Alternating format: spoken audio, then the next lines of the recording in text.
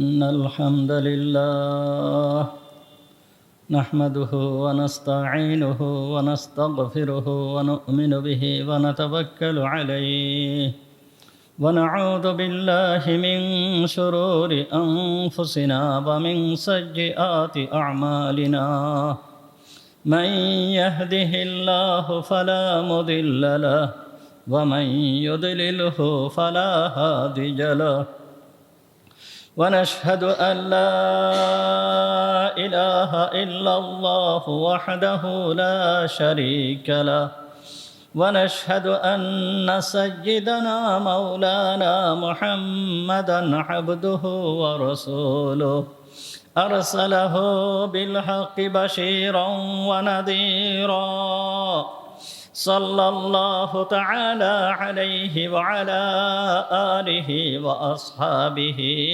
وبارك وسلم تسليما كثيرا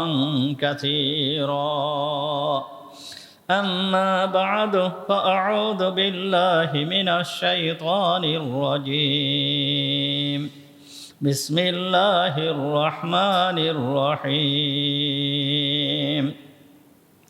ألف لام را تلك آيات الكتاب المبين إنا أنزلناه قرآنا عربيا لعلكم تعقلون نحن نقص عليك أحسن القصص بما أوحينا إليك هذا القرآن وإن كنت من قبله لمن الغافلين صدق الله العظيم ونحن على ذلك من الشاهدين والشاكرين اللهم صل على محمد وعلى آل محمد كما صليت على إبراهيم وعلى آل إبراهيم إنك حميد مجيد اللهم بارك على محمد وعلى آل محمد كما باركت على إبراهيم وعلى آل إبراهيم إنك حميد مجيد سبحانك لا علم لنا إلا ما علمتنا اللهم انفعنا بما علمتنا فعلمنا ما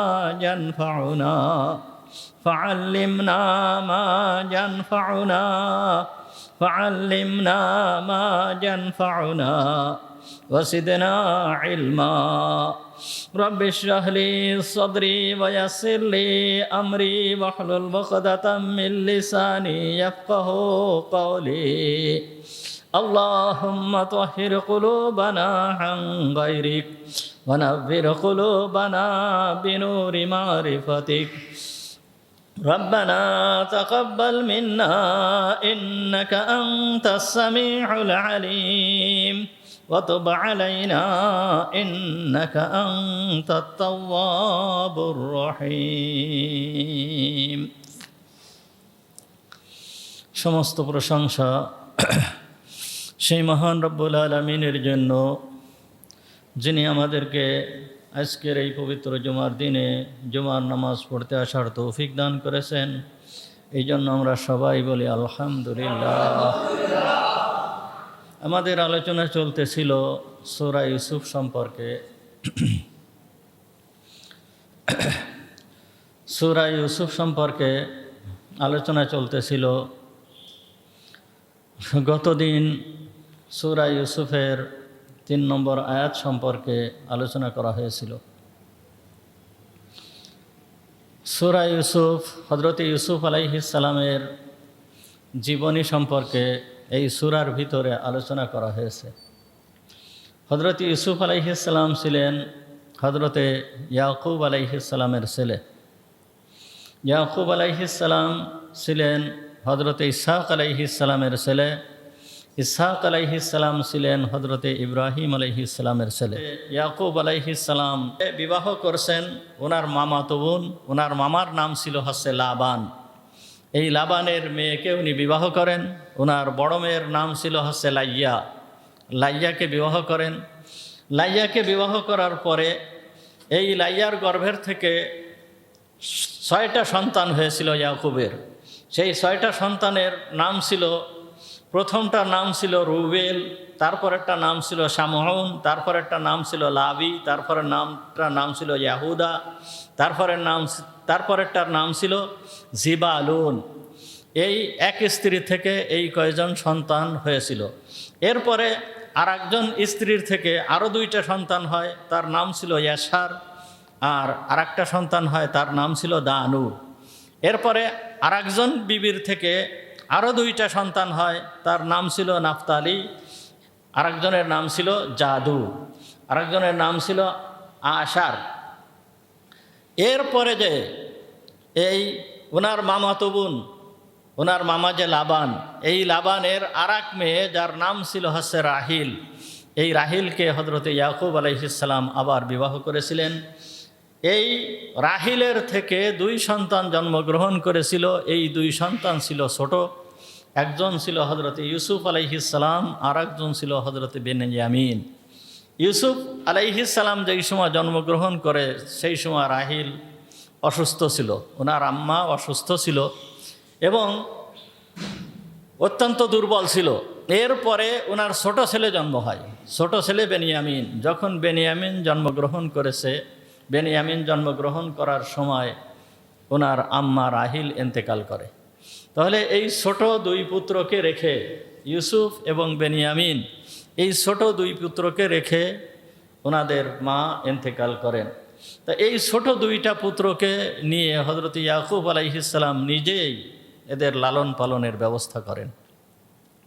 এদেরকে লালন পালন করতে থাকেন।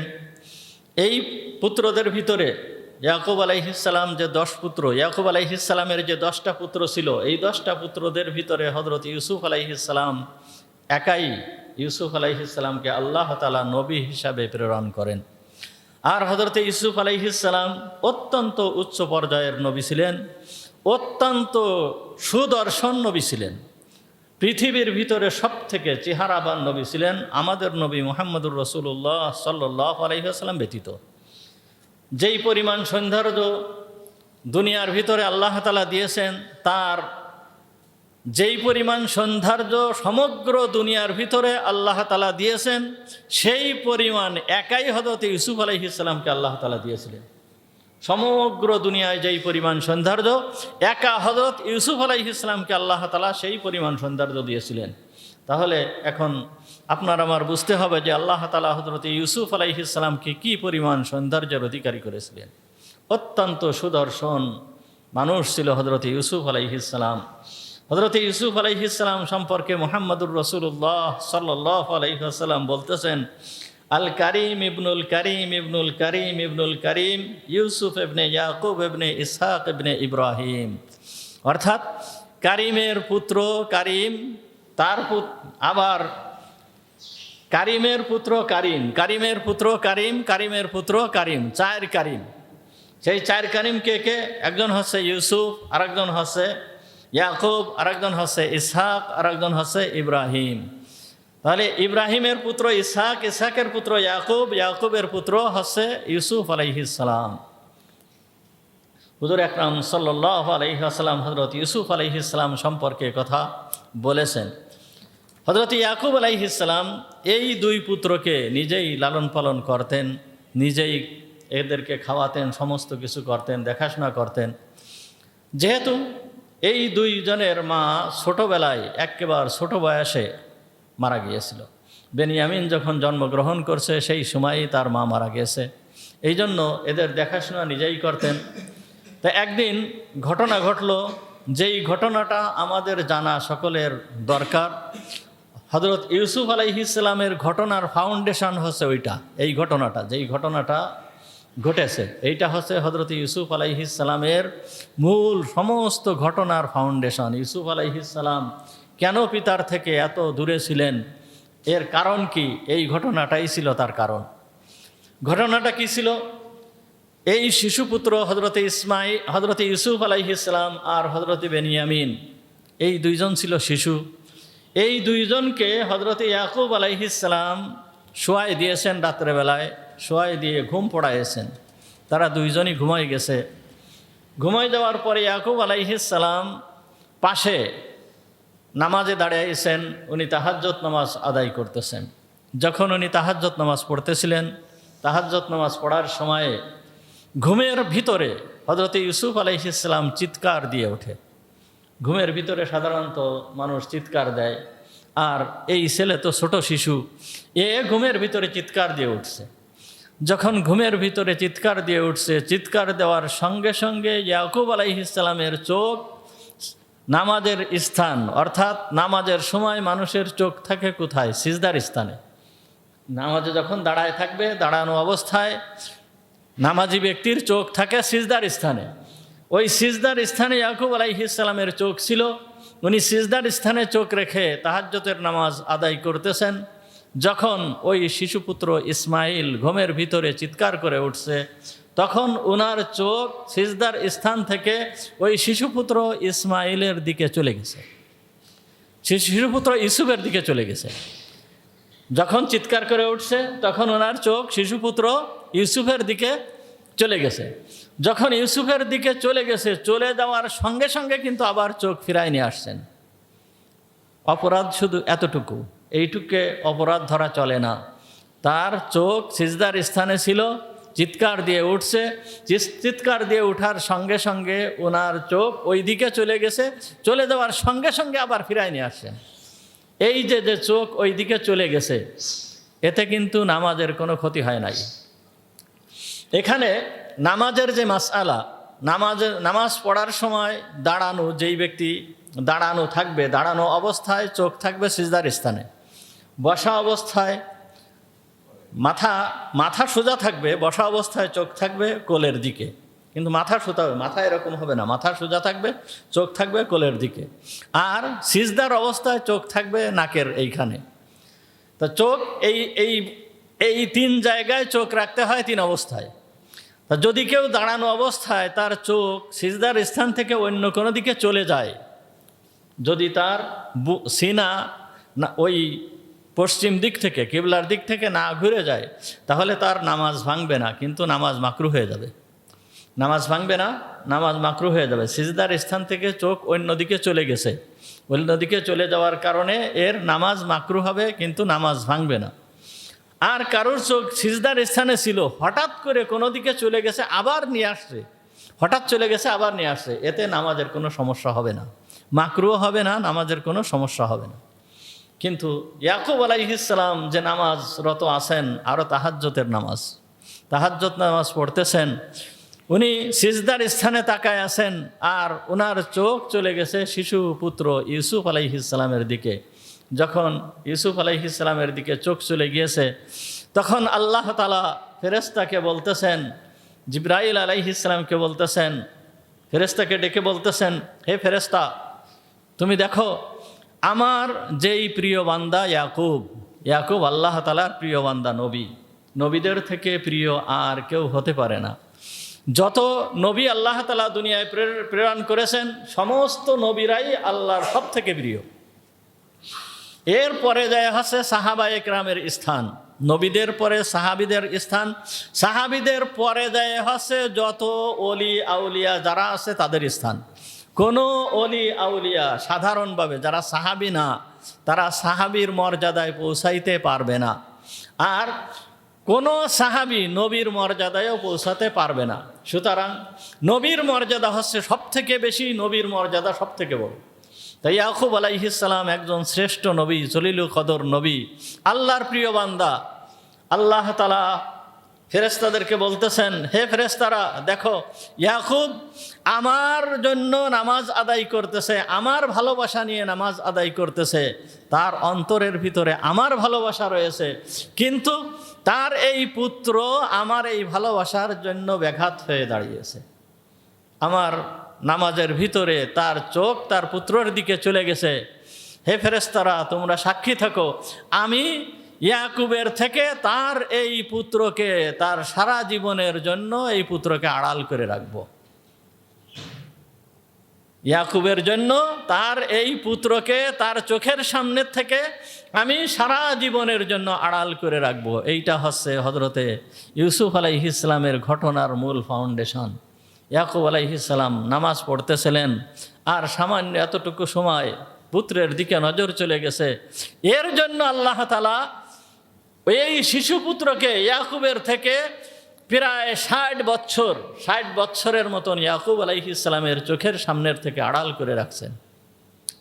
তো ইয়াকুব আলাইহিস সালামের এইটা কি অপরাধ ছিল? এটা তার অপরাধ ছিল না, কিন্তু তারপরও আল্লাহ তাআলা তাকে এরকম করলেন কেন? এরকম করছে, ইয়াকুব আলাইহিস সালাম আল্লাহর একেবারে প্রিয় বান্দা, আল্লাহর প্রিয় বান্দা। আল্লাহর এই প্রিয় বান্দার থেকে সামান্যতম ত্রুটি আল্লাহ এইটা সহ্য করে না। যদিও অন্যের ক্ষেত্রে, অন্যের জন্য এইটা অপরাধ না, কিন্তু তার প্রিয় বান্দার জন্য আল্লাহ এইটাকে অপরাধ হিসাবে ধরছেন। এই জন্য আল্লাহ তাআলা হযরত ইয়াকুব আলাইহিস সালামের জন্য এই পরীক্ষা করছেন যে 60 বছর এই ইউসুফকে ইয়াকুবের চোখের সামনের থেকে আড়াল করে রাখছে। তাহলে এই ঘটনা, এর থেকে আমরা কি বুঝতে পারলাম? আমাদের কি বুঝার আসে? আমাদের বুঝার আছে যে মায়া মমতা, ভালোবাসা, আল্লাহ এবং আল্লাহর রসুলের প্রতি মায়া মমতা, ভালোবাসা সব থেকে বেশি হতে হবে। আল্লাহ আর আল্লাহর রসুলের প্রতি মায়া মমতা, ভালোবাসা যদি না হয়, তাহলে এই ভালোবাসা, এই মায়া মমতার ভিতরে ক্ষতি রয়েছে। আল্লাহ তাআলা স্বাভাবিকভাবে প্রত্যেকটা মানুষের অন্তরে মায়া মমতা, ভালোবাসা দিয়ে দিয়েছে। যেরকম ধরেন পিতামাতার ভালোবাসা সন্তানের উপরে, এটা আছে না? সৃষ্টিগতভাবে ভালোবাসা এইটে আল্লাহ তাআলা প্রত্যেকটা মানুষের ভিতরে দিয়ে দিয়েছেন। এই সৃষ্টিগত যে ভালোবাসা, এই ভালোবাসা নয়, এই সৃষ্টিগত ভালোবাসাকে, এই সৃষ্টিগত ভালোবাসার পরে আরেকটা ভালোবাসা, আরেকটা মায়া মমতা আল্লাহ তাআলা প্রত্যেকটা মানুষের অন্তরে দিয়েছে। যেই ভালোবাসা, যেই মায়া মমতাটাকে আল্লাহ তাআলা মানুষের অধীন করে দিয়েছে, ওই প্রাকৃতিক ওই ভালোবাসাটা যাতে এই ভালোবাসা অনুযায়ী হয়, এই জন্য আল্লাহ তাআলা এরকম করে দিয়েছেন যাতে বান্দার পরীক্ষা হয়। যেরকম ধরেন সৃষ্টিগত ভালোবাসা কেমন? সৃষ্টিগত ভালোবাসা, একটা পিতা তার সন্তানকে ভালোবাসে, পিতা সন্তানকে ভালোবাসে, কিন্তু এই সন্তানের কোনো অসুখ হয়েছে, অসুখ হওয়ার কারণে ধরেন তার হাতে ফোড়া হয়েছে, ফোড়া হওয়ার কারণে এই ফোড়াকে অপারেশন করতে হবে। ছোট বাচ্চা ছেলের প্রতি তো মাতা পিতার মায়া মমতা অনেক বেশি। এখন এই ফোড়াকে যদি কাটতে হয়, এই ছেলের কষ্ট হবে, ছেলের কষ্ট হবে। এখন এই ছেলের কষ্ট হবে, ছেলে কান্নাকাটি করবে। এখন মা বাপ কি এই ফোড়া না কেটে বসে পড়ে থাকবে? না, এই ফোড়া কাটবে, ছেলের কষ্ট হলেও কাটবে। এই যে মা বাপের সন্তানের প্রতি ভালোবাসা, এই ভালোবাসাটা অবশ্যই সন্তানের প্রতি আছে, কিন্তু যদি এই ফোড়া যদি না কাটা হয়, তাহলে এই ছেলের সমস্যা হয়ে যাবে, ছেলের ক্ষতি হবে। এই জন্য এই ভালোবাসাকে, এই মানে সৃষ্টিগত যে ভালোবাসা, এই ভালোবাসাটাকে প্রাকৃতিক ভালোবাসা যেইটা আছে, এইটাকে স্বাভাবিক জ্ঞানের যে ভালোবাসা, এইটে প্রাধান্য দিয়েছে। জ্ঞানের ভালোবাসা অর্থাৎ বিবেকের ভালোবাসা, এইটা প্রাধান্য পেয়েছে। প্রাধান্য যদি না পায়, তাহলে সন্তানের ক্ষতি হয়ে যাবে। এই জন্যই এই ফোড়ার অপারেশন করতে হবে। সুতরাং সৃষ্টিগতভাবে আল্লাহ তাআলা প্রত্যেকটা জিনিসের ভিতরে ভালোবাসা দিয়ে দিয়েছেন। দেখেন ভালোবাসা কেমন দিয়েছেন আল্লাহ তাআলা। সূরা আল ইমরানের 14 নম্বর আয়াতের ভিতরে আল্লাহ তাআলা বলতেছেন, যুজ্জিনা লিন-নাসি হুব্বুশ শাহাওয়াতি মিনান নিসাই ওয়াল বানিনা ওয়াল কানাতিরিল মুকানতারাতি মিনাজ যাহাবি ওয়াল ফিজ্জাতি ওয়াল খাইলিল মুসাওয়ামা ওয়াল আনআমি ওয়াল হারথ যালিকা মাতাউল হায়াতিদ দুনিয়া ওয়াল্লাহু ইনদাহু হুসনুল মাআব। সূরা আল ইমরানের 14 নম্বর আয়াতের ভিতরে আল্লাহ তাআলা বলতেছেন, নারী সন্তান, সোনার উপর স্তূপ, বাছাই করা ঘোড়া, গবাদি পশু, ক্ষেত খামারের প্রতি আসক্তি মানুষের জন্য শুভবিত করা হয়েছে। এই কয়টা জিনিস? 8টা জিনিস। একটা হচ্ছে নারী, সন্তান, সোনার উপর স্তূপ, তারপরে বাছাই করা ঘোড়া, গবাদি পশু, ক্ষেত খামার, এই কয়েকটা জিনিসের প্রতি মানুষের আসক্তিকে শুভবিত করা হয়েছে। অর্থাৎ মানুষ যাতে এই সমস্ত জিনিসের ভিতরে প্রতি আকৃষ্ট হয়, সৃষ্টিগতভাবে আল্লাহ তাআলা এইগুলো করে দিয়েছেন। করে দেওয়ার পরে আল্লাহ তাআলা কি বলতেছেন? যালিকা মাতাউল হায়াতিদ দুনিয়া, এইটা হচ্ছে দুনিয়ার জীবনের ভোগের বস্তু, এইগুলো দুনিয়ার জীবনের ভোগের বস্তু। আর আল্লাহু ইনদাহু হুসনুল মাআব, আর আল্লাহ তাআলার কাছেই রয়েছে উত্তম প্রতিদান, উত্তম প্রত্যাবর্তন স্থল আল্লাহ তাআলার কাছে রয়েছে। অর্থাৎ এই ভালোবাসা, এই সমস্ত জিনিসের উপরে যে ভালোবাসা আল্লাহ তাআলা সৃষ্টিগতভাবে দিয়েছেন, এই ভালোবাসা যেন আল্লাহ আর আল্লাহর রসুলের ভালোবাসার প্রতি বাধা হয়ে না দাঁড়ায়। আল্লাহ আর আল্লাহর রসুলের প্রতি ভালোবাসার প্রতি যদি বাধা হয়ে দাঁড়ায়, তাহলে এই ভালোবাসা, এইটে প্রকৃত ভালোবাসা থাকবে না, এটা ক্ষতির কারণ হয়ে দাঁড়াবে। আল্লাহ তাআলা সূরা কাহাফের 7 নম্বর আয়াতের ভিতরে আল্লাহ তাআলা আরো বলতেছেন, ইন্না জাআলনা মা আলাল আরদি সিনাতাল লাহা। আল্লাহ তাআলা বলতেছেন, জমিনের উপরে যা কিছু জমিনের উপরে আমি যেই সমস্ত জিনিসগুলো রাখছি, এইগুলোকে সব জিনাতাল্লাহা, তার সৌন্দর্যের জন্য আমি সৃষ্টি করে দিয়েছি। আর কি হয়েছে? কি জন্য এরকম করেছি?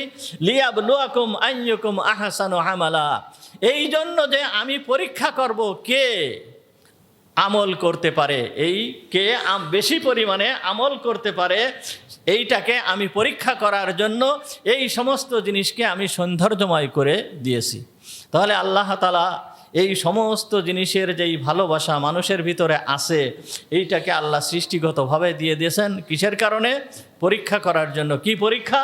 যে এই সমস্ত ভালোবাসা কি আল্লাহ আর আল্লাহর রসুলের ভালোবাসার থেকে বেশি হয় না কি বেশি হয় না? যদি এই জিনিসের ভালোবাসা আল্লাহ আর আল্লাহর রসুলের থেকে বেশি হয়ে যায়, তাহলে এইগুলো ক্ষতির কারণ হয়ে দাঁড়াবে। আল্লাহ আর আল্লাহর রসুলের প্রতি ভালোবাসা মানুষের অন্তরে সব থেকে বড় ভালোবাসা হতে হবে। আল্লাহ তাআলা পবিত্র কুরআনুল কারীমের সূরা বাকারার 165 নম্বর আয়াতের ভিতরে আল্লাহ তাআলা বলতেছেন, ওয়াল্লাযীনা আমানু আশাদ্দু হুব্বান লিল্লাহ, যেই সমস্ত ব্যক্তিরা ঈমানদার, তাদের অন্তরে আল্লাহর ভালোবাসা বড় কঠিন। সব থেকে কঠিন হচ্ছে আল্লাহর ভালোবাসা। যে সমস্ত ব্যক্তিরা ঈমানদার, তাদের অন্তরে আল্লাহর ভালোবাসা সব থেকে কঠিন। অর্থাৎ আল্লাহর ভালোবাসার সামনে অন্য কোনো ভালোবাসা ঈমানদারদের অন্তরে হতে পারে না। যেই রকম আমাদের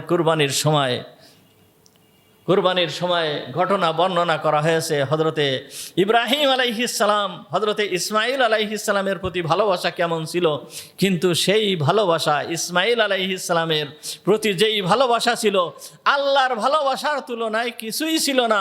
আল্লাহর ভালোবাসা কত, এইটাকে হযরতে ইব্রাহিম আলাইহিস সালাম পরীক্ষা করে দেখায় দিয়েছেন। তাহলে আল্লাহর ভালোবাসা মুমিনের অন্তরে সব থেকে বড় কঠিন ভালোবাসা। এখানে আসাধ্য শব্দ বর্ণনা করছেন আল্লাহ তাআলা, অর্থাৎ সব থেকে বড় কঠিন। সব থেকে বেশি বলেন নাই, সব থেকে শ্রেষ্ঠ বলেন নাই, বলছে আসাধ্য হুব্বান লিল্লাহ। আসাধ্য মানে সব থেকে কঠিন। অর্থাৎ আল্লাহ আর আল্লাহর ভালোবাসার থেকে মুমিনের অন্তরে অন্য কোনো ভালোবাসা থাকতে পারে না। নবীর ভালোবাসাও মুমিনের অন্তরের ভিতরে সব থেকে বেশি থাকতে হবে।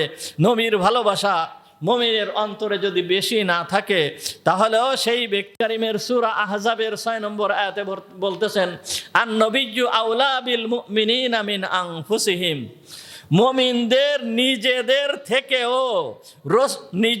থেকেও নবী বেশি প্রিয়। আল্লাহ বলতেছেন মুমিনদের নিকট তার নিজের জীবনের থেকেও নবী তার থেকে বেশি প্রিয় হতে হবে যদি সে মুমিন হতে হয়। হাদিসের ভিতরে পরিষ্কারভাবে বুখারী শরীফ এবং মুসলিম শরীফের হাদিসের ভিতরে আসছে, মুহাম্মদুর রাসূলুল্লাহ সাল্লাল্লাহু আলাইহি ওয়াসাল্লাম থেকে বর্ণিত, হযরত আনাস রাদিয়াল্লাহু তাআলা আনহু বলেন, ক্বালা রাসূলুল্লাহ সাল্লাল্লাহু আলাইহি ওয়াসাল্লাম, রাসূল সাল্লাল্লাহু আলাইহি ওয়াসাল্লাম বলেছেন, লা ইউমিনু আহাদুকুম হাত্তা আকুনা আহাব্বা ইলাইহি মিন ওয়ালিদিহি ওয়া ওয়ালাদিহি ওয়ান নাসি আজমাইন। তোমাদের ভিতরে ওই ব্যক্তি ইমানদার হতে পারবে না যতক্ষণ না পর্যন্ত আমি তার নিকট তার পিতা, তার সন্তান এবং দুনিয়ার সমস্ত মানুষ থেকে বেশি প্রিয় না হব। রাসূল বলতেছেন, তোমাদের ভিতরে কেহ ইমানদার হতে পারবে না, মুমিন হতে পারবে না যতক্ষণ না পর্যন্ত আমি তার নিকট তার সন্তান থেকে, তার পিতা থেকে, দুনিয়ার সমস্ত মানুষের থেকে সব থেকে বেশি প্রিয় আমি না হব, ততক্ষণ পর্যন্ত সে মুমিন হতে পারবে না। আর আরও হাদিসের ভিতরে আসছে, বুখারী শরীফের ভিতরে আসছে, মুহাম্মদুর রাসূলুল্লাহ সাল্লাল্লাহু আলাইহি ওয়াসাল্লাম থেকে হাদিস বর্ণিত, ইমাম বুখারী রাহমাতুল্লাহি আলাইহি হযরতে আব্দুল্লাহ ইবনে হিশাম থেকে হাদিস বর্ণনা করেন। আব্দুল্লাহ ইবনে হিশাম বলতেছেন, কুন্না মা'আন নবিয়্যি সাল্লাল্লাহু আলাইহি ওয়াসাল্লাম, উনি বলতেছেন যে আমরা নবী সাল্লাল্লাহু আলাইহি ওয়াসাল্লামের সাথে ছিলাম। কোনো এক সফরে যাচ্ছিলেন, এই সময় নবী সাল্লাল্লাহু আলাইহি ওয়াসাল্লামের সাথে ছিলেন। ওয়া হুয়া আখিযুম বিয়াদি ওমর ইবনুল খাত্তাব রাদিয়াল্লাহু তাআলা আনহু। তখন হুজুর সাল্লাল্লাহু আলাইহি ওয়াসাল্লাম হযরত ওমর রাদিয়াল্লাহু তাআলা আনহুর হাত ধরে রাখছিলেন। হযরত ওমর রাদিয়াল্লাহু তাআলা আনহুর হাত ধরে হুজুর সাল্লাল্লাহু আলাইহি ওয়াসাল্লাম চলতেছিলেন। ফাকালা লাহু ওমর, তখন হযরত ওমর রাদিয়াল্লাহু তাআলা আনহু মুহাম্মদুর রাসূলুল্লাহ সাল্লাল্লাহু আলাইহি ওয়াসাল্লামকে বললেন, ইয়া রাসূলুল্লাহ, হে আল্লাহর রাসূল, লা আনতা আহাব্বা ইলাইয়া মিন কুল্লি শাই ইল্লা মিন নাফসি। হে আল্লাহর রাসূল, আপনি আমার নিকট দুনিয়ার সমস্ত কিছু থেকে প্রিয়, কিন্তু আমার জীবনটা শুধুমাত্র, অর্থাৎ আমার জীবনের থেকে আপনি প্রিয় না। আর দুনিয়ার ভিতরে যত যা কিছু আছে সমস্ত কিছু থেকে আপনি প্রিয়। এ কথা হযরত ওমর রাদিয়াল্লাহু তাআলা আনহু মুহাম্মদুর রাসূলুল্লাহ সাল্লাল্লাহু আলাইহি ওয়াসাল্লামকে বললেন। বলার পরে মুহাম্মদুর রাসূলুল্লাহ সাল্লাল্লাহু আলাইহি ওয়াসাল্লাম বলতেছেন, ফাকালা নবিয়্যু সাল্লাল্লাহু আলাইহি ওয়াসাল্লাম, নবী সাল্লাল্লাহু আলাইহি ওয়াসাল্লাম তখন বললেন, লা ওয়াল্লাযী নাফসি বিয়াদিহি, হে ওমর, ওই সত্তার কসম দিয়ে বলতেছি যেই সত্তার হাতে আমার জীবন, হাত্তা আকুনা আহাব্বা ইলাইকা মিন নাফসিক, যতক্ষণ না পর্যন্ত আমি তোমার জীবন থেকেও তোমার নিকট বেশি প্রিয় না হব, ততক্ষণ পর্যন্ত তুমি পাক্কা ঈমানদার হতে পারবে না। এরপর হযরত ওমর রাদিয়াল্লাহু তাআলা আনহু ফাকালা লাহু ওমর, এরপরে ওমর রাদিয়াল্লাহু তাআলা আনহু বলতেছেন, ফা ইন্নাহুল আন, অতঃপর হে আল্লাহর রাসূল, এখন ওয়াল্লাহি লা আনতা আহাব্বা ইলাইয়া মিন নাফসি, আল্লাহর কসম দিয়ে বলতেছি, এখন আপনি আমার নিজের জীবন থেকেও প্রিয়, অর্থাৎ আমার নিজের জীবনের থেকেও আমি আপনাকে বেশি ভালোবাসি। ফাকালান নবিয়্যু সাল্লাল্লাহু আলাইহি ওয়াসাল্লাম, ওই সময় নবী সাল্লাল্লাহু আলাইহি ওয়াসাল্লাম বলেন, আল আন ইয়া ওমর, হ্যাঁ এখন হে ওমর, এখন ঠিক আছে, অর্থাৎ এখন তুমি পূর্ণ ঈমানদার হয়েছো। তাহলে কি বোঝা গেল যে নবীর মুহাব্বত, নবীর ভালোবাসা দুনিয়ার সমস্ত কিছুর থেকে, এমনকি নিজের জীবনের থেকেও বেশি হতে হবে, নিজের জীবনের থেকেও বেশি হওয়া লাগবে, তা না হলে ওই ব্যক্তি পূর্ণ ঈমানদার হতে পারবে না। ভালোবাসা, আল্লাহ আর আল্লাহর রাসূলের প্রতি ভালোবাসা মানুষকে কোন পর্যায়ে নিয়ে যায় দেখেন। হযরতে আনাস রাদিয়াল্লাহু তাআলা আনহু বলেন, হাদিস, এই হাদিসটা বুখারী শরীফের ভিতরে আসছে, এই হাদিসটা আপনাদেরকে আগেও আমি শোনাইছি। এই হাদিসটা বুখারী শরীফের ভিতরে আসছে, হযরতে আনাস রাদিয়াল্লাহু তাআলা আনহু থেকে বর্ণিত, আন্না রাজুলান সাআলান নাবিয়্যা সাল্লাল্লাহু আলাইহি ওয়াসাল্লাম আনিস সাআহা, একজন ব্যক্তি হুজুর সাল্লাল্লাহু আলাইহি ওয়াসাল্লামের দরবারে আসলো, এসে কিয়ামত সম্পর্কে জিজ্ঞেস করতেছে। আনিস সাআহা মানে কিয়ামত সম্পর্কে জিজ্ঞেস করলো, অর্থাৎ এই ব্যক্তি হুজুরকে জিজ্ঞেস করতেছে, হ্যাঁ আল্লাহর রাসূল, কিয়ামত কবে হবে, অর্থাৎ কিয়ামত কবে হবে, এর জন্য আমার কি কি প্রস্তুতির দরকার, আমি কি কি আমল করব। এই জন্য এই ব্যক্তি এই কথা জিজ্ঞেস করতেছে যে কিয়ামত যদি এসে যায় তাহলে তো আমি আর আমল করতে পারবো না, সুতরাং আমার কি কি আমল করা প্রয়োজন। এই জন্য এই ব্যক্তি জিজ্ঞেস করতেছে আনিস সাআ, কিয়ামত সম্পর্কে জিজ্ঞেস করলো। ফাকাল মাতা সাহা, বলতেছে হে আল্লাহর রসুল মাতা সাহা, কিয়ামত কবে হবে। ফাকাল, তখন মুহাম্মদুর রাসূলুল্লাহ সাল্লাল্লাহু আলাইহি ওয়াসাল্লাম বলেন ওয়ামাদা আ'দাত্তা লাহা, তুমি যে কিয়ামত সম্পর্কে জিজ্ঞেস করতেছো, এই কিয়ামতের জন্য তুমি কি প্রস্তুত করছো, কি আমল করছো। তখন ওই ব্যক্তি বললেন ক্বালা লা শাইউন, আমি কোনো কিছুই করতে পারি নাই। অন্য বর্ণনায় আছে, অন্য হাদিসের ভিতরে আসে আল্লাহ রসুল আমি বেশি পরিমাণ নামাজ, বেশি পরিমাণ রোজা এগুলো আদায় করতে পারি নাই। অর্থাৎ ফরজগুলো তো ঠিক মতন আদায় করছে, এগুলো ঠিক আছে, কিন্তু বেশি পরিমাণ নফল রোজা, বেশি পরিমাণ নফল নামাজ, বেশি পরিমাণ নফল ইবাদত এইগুলো আমি করতে পারি নাই। ইল্লা, কিন্তু হে আল্লাহর রসুল, কিন্তু আমি একটা কাজ আমার ভিতরে আছে, সেইটা কি ইন্নী উহিব্বুল্লাহ ওয়া রাসূলাহু সাল্লাল্লাহু আলাইহি ওয়াসাল্লাম, আমি আল্লাহ আর আল্লাহর রসুলকে বেশি ভালোবাসি, আমি আল্লাহ আর আল্লাহর রসুলকে ভালোবাসি। তখন মুহাম্মদুর রাসূলুল্লাহ সাল্লাল্লাহু আলাইহি ওয়াসাল্লাম বলেন ফাকাল আনতা মা'a মান আহবাবতা, হে আমার সাহাবী, তুমি যাকে বেশি ভালোবাসো, তুমি যাকে ভালোবাসো কিয়ামতের ময়দানে তুমি তার সাথে হবে। যদিও তোমার আমল কম, যদিও তুমি আমল করতে পারো নাই, কিন্তু তুমি যাকে ভালোবাসবা, তোমার অন্তর যার সঙ্গে থাকবে, কিয়ামতের ময়দানে তুমি তার সাথে হবে। এ কথা কার? মুহাম্মদুর রাসূলুল্লাহ সাল্লাল্লাহু আলাইহি ওয়াসাল্লামের। হাদিসটি বুখারী শরীফের থেকে আপনাদেরকে বর্ণনা করে শোনানো হলো। ক্বালা আনাস, এই সময় আনাস রাদিয়াল্লাহু তাআলা আনহু বলতেছেন ফামা ফারিহনা বিশাইইন ফারহানা বিকাউলিন নবী সাল্লাল্লাহু আলাইহি ওয়াসাল্লাম আনতা মা'a মান আহবাবতা, আমরা হুজুরের এই কথায় আনতা মা'a মান আহবাবতা, এই যে কথাটা বলছে যে তুমি যাকে ভালোবাসো কিয়ামতের ময়দানে তার সাথে হবে, এই কথাটার কারণে আমরা ওই দিন এত খুশি হয়েছিলাম যে ইতিপূর্বে আমরা কখনো এত খুশি হয় নাই। কেন, কি কারণে? ক্বালা আনাস ফাআনা উহিব্বুন নাবিয়্যা সাল্লাল্লাহু আলাইহি ওয়াসাল্লাম, কেননা আমি নবী সাল্লাল্লাহু আলাইহি ওয়াসাল্লামকে ভালোবাসি, ওয়া আবা বাকরিন, আবু বকরকে ভালোবাসি, ওয়া উমারা, এবং ওমরকে ভালোবাসি, ফাআরজু আন আকুনা মাআহুম, অতঃপর আমি আশা করতেছি যে আমি রসুলের সাথে থাকব, আমি আবু বকরের সাথে থাকব, আমি ওমরের সাথে থাকব। কি কারণে? বিহুব্বি ইয়্যাহুম, তাদেরকে ভালোবাসার কারণে আমি এদের সাথে থাকব। আনাস রাদিয়াল্লাহু তাআলা আনহু এই কথা বলেন ওয়া ইন লাম আ'মাল বিমিসলি আ'মালিহিম, যদিও আমি আবু বকরের মতন, যদিও আমি ওমরের মতন, যদিও আমি রাসূল সাল্লাল্লাহু আলাইহি ওয়াসাল্লামের মতন আমল করতে পারি নাই, কিন্তু কিয়ামতের ময়দানে জান্নাতে আমি এই সমস্ত ব্যক্তিদের সাথে থাকব। কিসের কারণে? ভালোবাসা থাকার কারণে, শুধু ভালোবাসা থাকার কারণে। তাহলে ভালোবাসাটা মানুষকে কোন পর্যায়ে নিয়ে যায়? আরও একটা হাদিস, এই হাদিসটা আল মুহজামুল আওসাত কিতাবের ভিতরে আসছে।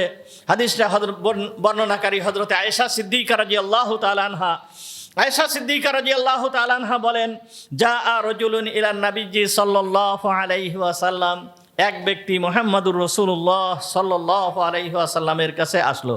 ফাকাল, এসে বলতেছে ইয়া রাসূলুল্লাহ, হে আল্লাহর রাসূল, ওয়াল্লাহি ইন্নী লা আহাব্বু ইলাইয়া মিন নাফসি, হে আল্লাহর রাসূল, অবশ্যই আপনি আমার নিজের জীবনের থেকেও আপনি আমার কাছে প্রিয়, আপনি আমার নিজের জীবনের থেকেও আপনি আমার কাছে বেশি প্রিয়।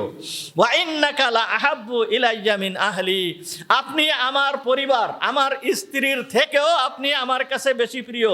ওয়া আহাব্বু ইলাইয়া মিন ওয়ালাদি, আমার সন্তানের থেকেও আপনি আমার কাছে বেশি প্রিয়।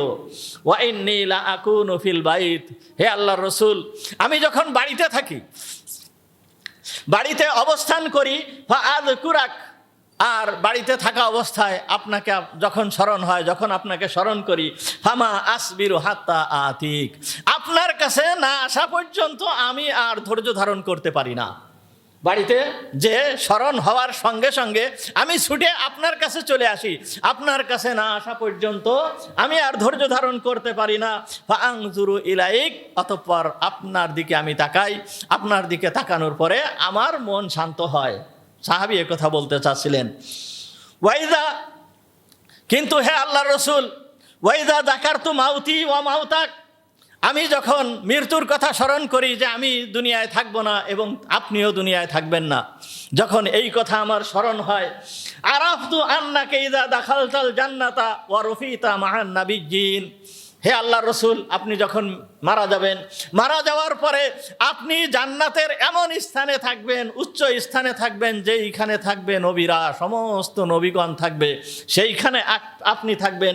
ওয়াইন্নি ইযা দাখালতুল জান্নাহ, আর যখন আমি জান্নাতে প্রবেশ করব, খশিতু আল্লাহ আকুনা আরাক, হে আল্লাহর রাসূল, আপনি তো ওইখানে থাকবেন, আর আমি তো ওই জান্নাতে পৌঁছাতে পারবো না, ওইখানে পৌঁছানো তো আমার পক্ষে সম্ভব না। সুতরাং আমার ভয় হয়, হে আল্লাহর রাসূল, জান্নাতের ভিতরে তো আর আপনাকে আমি দেখতে পারবো না, জান্নাতের ভিতরে আপনাকে দেখার সুযোগ আর আমার হবে না, আপনি তো থাকবেন অনেক উচ্চ স্তরে, আর আমি কোথায় থাকবো? জান্নাতের ভিতরে তো আপনাকে দেখার কোনো সুযোগ আর আমার হবে না। ফালাম ইয়ারুদ আলাইহি নবিয়্যু সাল্লাল্লাহু আলাইহি ওয়াসাল্লাম, ফালাম ইয়ারুদ্দা আলাইহি নবিয়্যু সাল্লাল্লাহু আলাইহি ওয়াসাল্লাম, রাসূল সাল্লাল্লাহু আলাইহি ওয়াসাল্লাম এই কথার কোনো উত্তর দেন নাই। হুজুর সাল্লাল্লাহু আলাইহি ওয়াসাল্লাম বসে আছেন, কোনো উত্তর দেন নাই। হাত্তা নাযালা জিবরিল বিহাদিহিল আয়া, অতঃপর জিবরিল আমিন এই আয়াত নিয়ে হুজুর সাল্লাল্লাহু আলাইহি ওয়াসাল্লামের কাছে চলে আসলেন। এই সাহাবীকে রসুল সান্ত্বনা দেন নেই, স্বয়ং আরশের মালিক আল্লাহ তাআলা জিবরিল আমিন আলাইহিস সালামকে পাঠিয়ে দিয়েছেন এই আল্লাহর এই বান্দাকে সান্ত্বনা দেওয়ার জন্য। কি আয়াত? ওই সাহাবীর মনের আকাঙ্ক্ষা যে রসুলের সাথে তো সে থাকতে পারবে না, রসুলের সঙ্গে জান্নাতে দেখা হবে না, সুতরাং ওই ব্যক্তি কি অবস্থায় থাকবে? আল্লাহ তাআলা তার এই বান্দাকে সান্ত্বনা দিচ্ছেন। কি বলতেছেন? আল্লাহ তাআলা বলতেছেন, মান ইউতিইল্লাহ ওয়ার রাসূল, হে আমার বান্দা তুমি শুনে নাও, যেই ব্যক্তি আল্লাহ আর আল্লাহর রসুলের অনুসরণ করবে, ইতাআত করবে, অনুসরণ করবে, শুধুমাত্র তুমি না, শুধুমাত্র তুমি বলে কথা না, আল্লাহর যেই বান্দা আল্লাহ আর আল্লাহর রসুলের অনুসরণ করবে, ফাউলাইকা মাআল্লাযীনা আনআমাল্লাহু আলাইহিম মিনান নাবিয়্যিন ওয়াস সিদ্দীকিন, ওই বান্দারা নবী এবং সিদ্দিকদের সঙ্গে জান্নাতে থাকবে। তাহলে যেই ব্যক্তি নবী এবং আল্লাহ আর আল্লাহর রসুলের অনুসরণ করবে, আল্লাহ তাআলা তাকে নবীদের সঙ্গে জান্নাতে রাখবেন। তাহলে কত বড় কথা চিন্তা করে দেখেন। শুধুমাত্র মায়া মমতা মহাব্বত আল্লাহ আর আল্লাহ রসুলের প্রতি হওয়ার কারণে এই অবস্থা।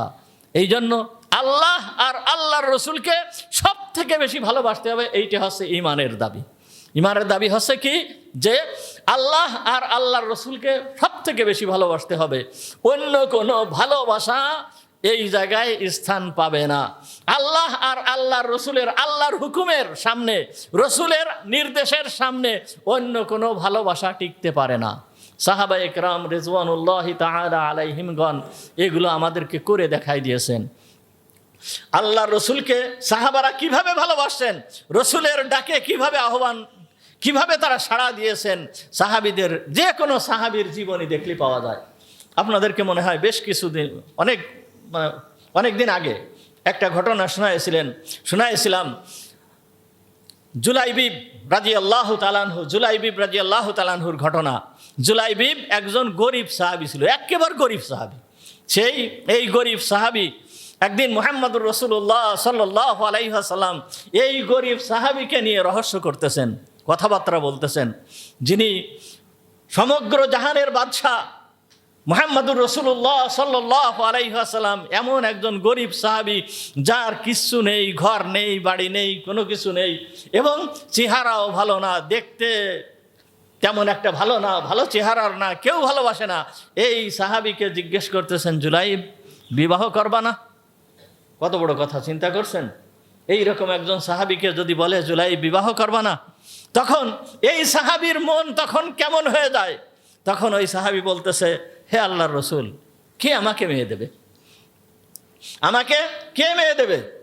এই পর্যন্ত হয়েছে। এর বেশ কিছুদিন পরে, অনেক দিন পর আবার বলতেছে, জুলাইব তুমি বিবাহ করবা না? তখন বলতেছে, হে আল্লাহর রসুল, কে আমাকে মেয়ে দেবে? আমাকে কে মেয়ে দেবে? তখন হুজুর সাল্লাল্লাহু আলাইহি ওয়াসাল্লামের দরবারে একজন ব্যক্তি আসছে, মদিনার একজন প্রভাবশালী লোক। সে এসে বলতেছে, হুজুর আমার একটা মেয়ে আছে, আমি আমার এই মেয়েটাকে আপনার সঙ্গে বিবাহ দিতে চাই।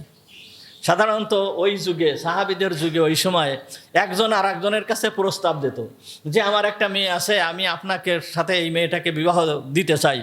তা যেহেতু মুহাম্মদুর রাসূলুল্লাহ সাল্লাল্লাহু আলাইহি ওয়াসাল্লাম সর্বশ্রেষ্ঠ ব্যক্তি, তো ওই মদিনার ওই ব্যক্তি যখন বলছে যে আমার একটা মেয়ে আছে, এই মেয়েকে আমি আপনার সঙ্গে বিবাহ দিতে চাই, তখন হুজুর সাল্লাল্লাহু আলাইহি ওয়াসাল্লাম বলছেন, ঠিক আছে, কিন্তু বিবাহ আমি রাজি আছি, কিন্তু আমার জন্য নয়। তখন ওই ব্যক্তি বলতেছে, হুজুর তাহলে কার জন্য? তখন বলতেছে, জুলাইবিবের জন্য।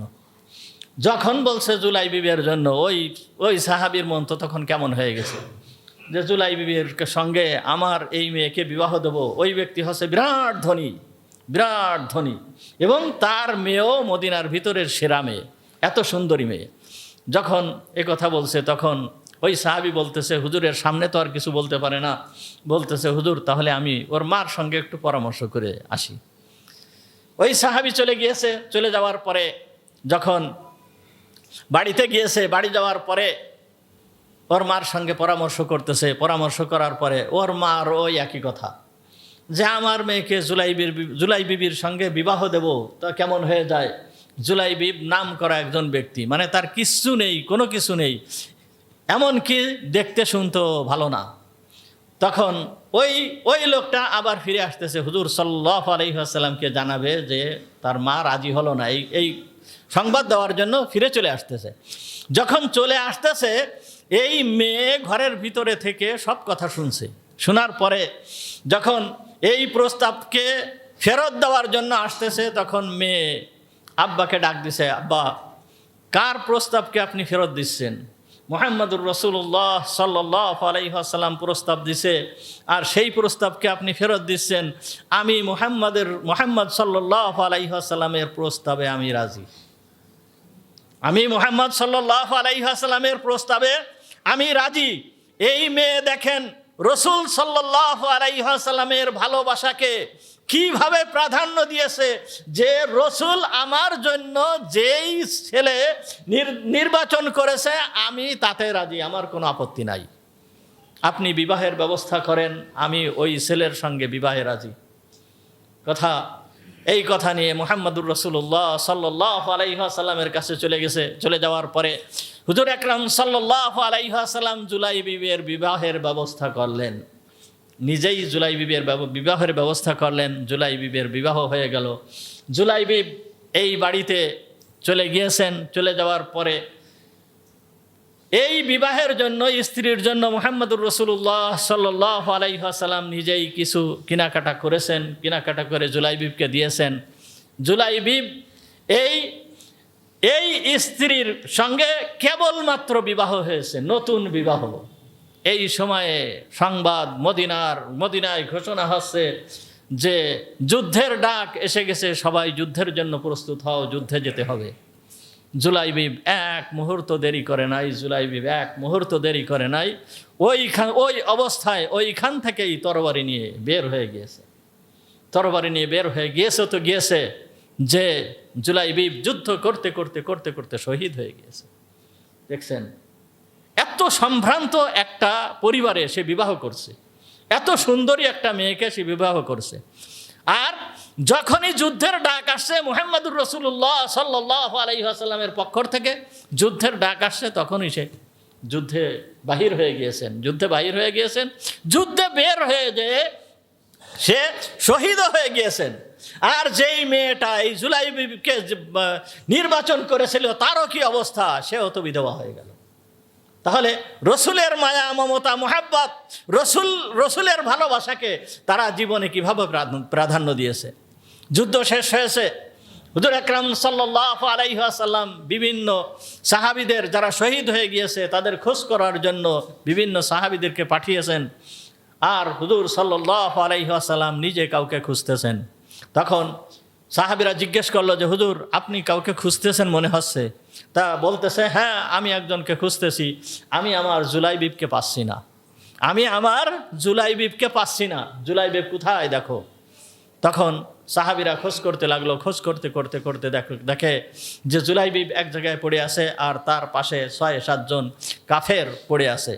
তখন সংবাদ দেওয়া হলো যে হুজুর জুলাইবিব অমুক জায়গায় আছে আর তার পাশে ৬-৭টা কাফের পড়ে আছে। হুজুর আকরাম সাল্লাল্লাহু আলাইহি ওয়াসাল্লাম আসলেন, এসে দেখলেন যে জুলাইবিব এই ৬-৭ জনকে মারছে এবং তারপর সে শহীদ হয়ে গেছে। মুহাম্মদুর রাসূলুল্লাহ সাল্লাল্লাহু আলাইহি ওয়াসাল্লাম জুলাইবিবের গোসলের ব্যবস্থা করলেন, কবর খোঁচা হলো। মুহাম্মদুর রাসূলুল্লাহ সাল্লাল্লাহু আলাইহি ওয়াসাল্লাম জুলাইবিবকে হাতের পরে করে কবরের ভিতরে, নিজেই জুলাইবিবকে কবরের ভিতরে রাখলেন। তাহলে কত বড় ভাগ্য এই জুলাইবিবের দেখেন। আর জুলাইবিবের স্ত্রীও ওই যে সে রসুলের প্রস্তাবে রাজি হয়েছিল, এই জুলাইবিবের এই বাড়িতে, এই বাড়ির ভিতরে, এই সংসারের ভিতরে আল্লাহ তাআলা এত পরিমাণ বরকত দিয়েছিল যে এই বাড়িটা থেকে কেউ কোনোদিন ফেরত যায় নাই। খাবার দাবার, দান সদকা এত পরিমাণ করছে যা বলে শেষ করা যাবে না। এই বাড়ির ভিতরে আল্লাহ তাআলা এই বরকত দান করেছিল। তাহলে আল্লাহ আর আল্লাহর রসুলের মুহাব্বত অন্তরে সব থেকে বেশি হতে হবে, তাহলে উপকার আছে, ফায়দা আছে। আর আল্লাহ আর আল্লাহর রসুলের মুহাব্বত যদি অন্তরে না থাকে তাহলে সমস্যা আছে। সমস্যা মানে মারাত্মক সমস্যা, কঠিন সমস্যা, কঠিন শাস্তি রয়েছে। আল্লাহ তাআলা দেখেন সূরা তাওবার 24 নম্বর আয়াতের ভিতরে আল্লাহ তাআলা বলতেছেন, কি বলতেছেন? কুল ইন কানা আবাউকুম ওয়া আবনাউকুম ওয়া ইখওয়ানুকুম ওয়া আজওয়াজুকুম ওয়া আশীরাতুকুম ওয়া আমওয়ালুন اقترفتموها وتجارة تخشون كسادها ومساكن ترضونها أحب إليكم من الله ورسوله وجهاد في سبيل الله فتربصوا حتى يأتي الله بأمره والله لا يهدي القوم الفاسقين। আল্লাহ তাআলা কি বলতেছেন? মানুষকে আপনার আগেই বলা হলো যে মানুষের ভিতরে মায়া মমতা ভালোবাসা আল্লাহ তাআলার পক্ষ থেকে সৃষ্টি, কিন্তু আল্লাহ তাআলা বলতেছেন ইন কানা আবাউকুম, তোমাদের পিতা, তোমাদের সন্তান, তোমাদের ভাই ব্রাদার, তোমাদের স্ত্রী, তোমাদের পরিবার পরিজন, তোমাদের মাল দৌলত, তোমাদের ব্যবসা বাণিজ্য, তোমাদের ঘর বাড়ি, এইগুলো যদি তোমাদের নিকট আল্লাহ, আল্লাহর রসুল এবং আল্লাহর রাস্তায় জিহাদ থেকে বেশি প্রিয় হয়ে যায়, এই কয়টা জিনিস আল্লাহ, আল্লাহর রসুল আর আল্লাহর রাস্তায় জিহাদ থেকে তোমাদের কাছে এই কয়টা জিনিস যদি বেশি প্রিয় হয়ে যায় তাহলে কি হবে? ফাতারাব্বাসু হাত্তা ইয়াতি আল্লাহু বিআমরি, তাহলে তোমরা অপেক্ষা করতে থাকো যে তোমাদের কাছে আল্লাহর আযাব এসে পৌঁছাবে। আল্লাহর পরিষ্কার আয়াত, পরিষ্কার হবে আল্লাহ তাআলা সূরা তাওবার 24 নম্বর আয়াতের ভিতরে বলতেছেন। তাহলে আল্লাহ তাআলার মুহাব্বত, রসুলের মুহাব্বত একজন মুমিনের অন্তরে সব থেকে বেশি থাকতে হবে। একজন মুমিনের অন্তরে সব থেকে বেশি থাকতে হবে সন্তানের মুহাব্বত, মাল দৌলতের মুহাব্বত, ঘর বাড়ির মুহাব্বত, জমি জায়গার মুহাব্বত। এ আল্লাহর ভালোবাসার পথে যেন বাধা না হয়ে দাঁড়ায়। ইয়াকুব আলাইহিস সালাম নামাজ পড়তেছেন, নামাজের ভিতরে শুধুমাত্র তার চোখটা একবার ইউসুফের দিকে গিয়েছে, আবার ফিরেই নিয়ে আসছেন। শুধুমাত্র কাজ হয়েছে এতটুকু যে চোখ চলে গিয়েছে, আবার ফিরেই নিয়ে আসছেন। আল্লাহ বলতেছে যে হে ফেরেশতারা সাক্ষী থাকো, এই ছেলেকে আমি তার জীবনভর, এই ছেলেকে তার চোখের সামনের থেকে আমি আলাদা করে রাখবো। আর আমরা যারা আমাদের সন্তানাদিকে লালন পালন করতে যে আল্লাহর হুকুমকে লঙ্ঘন করি, আল্লাহর হুকুমের তোয়াক্কা করি না, নিজের সন্তানকে লালন পালন করতে যায় আল্লাহর হুকুমের তোয়াক্কা করতেছি না, নিজের সন্তানকে আল্লাহর দ্বীনকে শিক্ষা দিতেছি না, আল্লাহর দ্বীনকে শিক্ষা না দিয়ে শুধুমাত্র জাগতিক বিদ্যা শিক্ষা দিতেছি। জাগতিক বিদ্যা শিক্ষা দেওয়া মানে দোষের কিছু না, কিন্তু তাকে দ্বীন অবশ্যই শিক্ষা দিতে হবে, দ্বীন অবশ্যই শিক্ষা দিতে হবে। তা আল্লাহর হুকুমের বিপক্ষে যে আমি সন্তানকে লালন পালন করতেছি আল্লাহর হুকুমকে অমান্য করে, তাহলে এই সন্তান আমার জন্য উপকার বয়ে আনবে? কখনো না। আল্লাহ বলতেছে ফাতারাব্বাসু হাত্তা ইয়াতি আল্লাহু বিআমরি, অপেক্ষা করতে থাকো যে আযাব তোমাদের উপরে আসবে। এই ছেলেকে আল্লাহ তাআলা, এই সন্তানকে আল্লাহ তাআলা আযাব হিসাবে পাঠিয়ে দেবে। আর তা তো হাসছে না? দেখেন না এখন কি অবস্থা? বয়স একটু বেশি হয়ে যাওয়ার সঙ্গেই এই বাপের আর বাড়িতে জায়গা হচ্ছে না, জায়গা হচ্ছে বৃদ্ধ আশ্রমে। কি হচ্ছে না? বড় শিক্ষিত, ভালো জ্ঞানী গুণী, যারা হায়ার লেভেলের উচ্চ শিক্ষিত, তাদের মা বাবাও এখন বৃদ্ধ আশ্রমে। হয়তোবা এইরকম হয়তো নাও হতে পারে, কিন্তু এমন পরিবার নেই যে পাওয়া যাবে না। মা বাপ বৃদ্ধ হয়ে গিয়েছে, এই মা বাপের জন্য, এই মা বাপ যেই ঘরকে তৈরি করেছে, এই মা বাপ কষ্ট করে যেই ঘর নির্মাণ করেছে, যেই শ্রম দিয়ে ঘর নির্মাণ করেছে, সেই ঘরের ভিতরে ছোট্ট একটা কুঠরিকে বৃদ্ধ আশ্রম বানানো হয়েছে। ওই ছোট্ট কুঠির ভিতরে এই মা বাপকে রেখে দেওয়া হয়, তেমন কোনো খোঁজ খবরও নেওয়া হয় না। ওই আপনার গবাদি পশু, গরু ছাগল ভেড়া যেইগুলো আছে, সেইগুলোকে যেইভাবে খাবার দেওয়া হয়, সেই রকম একটা পাত্রে করে ওই মা বাপের সামনে কিছু খাবার পৌঁছায় দেওয়া হয়। এইরকম হচ্ছে কিসের কারণে হচ্ছে? এইটা হচ্ছে আল্লাহর হুকুম না মানার কারণে। কেন? এই সন্তানকে যেইভাবে লালন পালন করার দরকার ছিল, এই সন্তানকে যেইভাবে দ্বীনি ইলম, ইসলামী বিদ্যা শিক্ষা দেওয়ার দরকার ছিল, সেই শিক্ষা আমি দেয় নাই। সুতরাং আল্লাহর পক্ষ থেকে আল্লাহ তাআলাই ঘোষণা করতেছে ফাতারাব্বাসু হাত্তা ইয়াতি আল্লাহু বিআমরি, অপেক্ষা করতে থাকো, আল্লাহর পক্ষ থেকে আযাব আসতেছে, আল্লাহর পক্ষ থেকে আযাব আসবে। এটা সত্য, এটা অবশ্যই সত্য, আল্লাহর কথা সত্য। তাই ইয়াকুব আলাইহিস সালাম নামাজ পড়তেছিলেন, নামাজ পড়া অবস্থায় তার দৃষ্টি কি হয়েছে? ইউসুফের দিকে চলে গেছে। ইউসুফের দিকে চলে যাওয়ার সঙ্গে ফিরে আনছে। এতটুকুর কারণে যদি আল্লাহ তাআলা এইরকম করে, তাহলে আপনার আমার সতর্ক হতে হবে। আখিরু দাওয়ানা আলহামদুলিল্লাহি রাব্বিল আলামিন। আমরা যারা সুন্নাত